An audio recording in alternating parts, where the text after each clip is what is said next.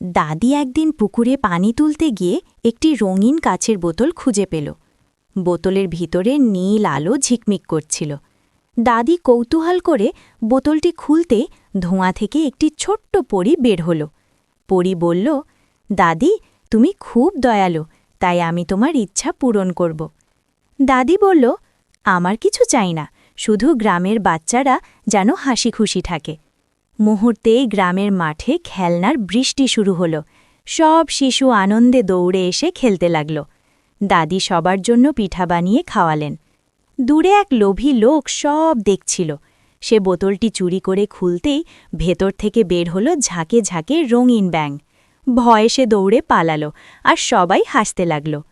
পরী আবার এসে বলল, ভালো কাজের ফল সবসময় ভালোই হয়। দাদির চোখে আনন্দের জল এসে গেল। এমন দয়ালু দাদির জন্য একটা লাইক আর সাবস্ক্রাইব করো।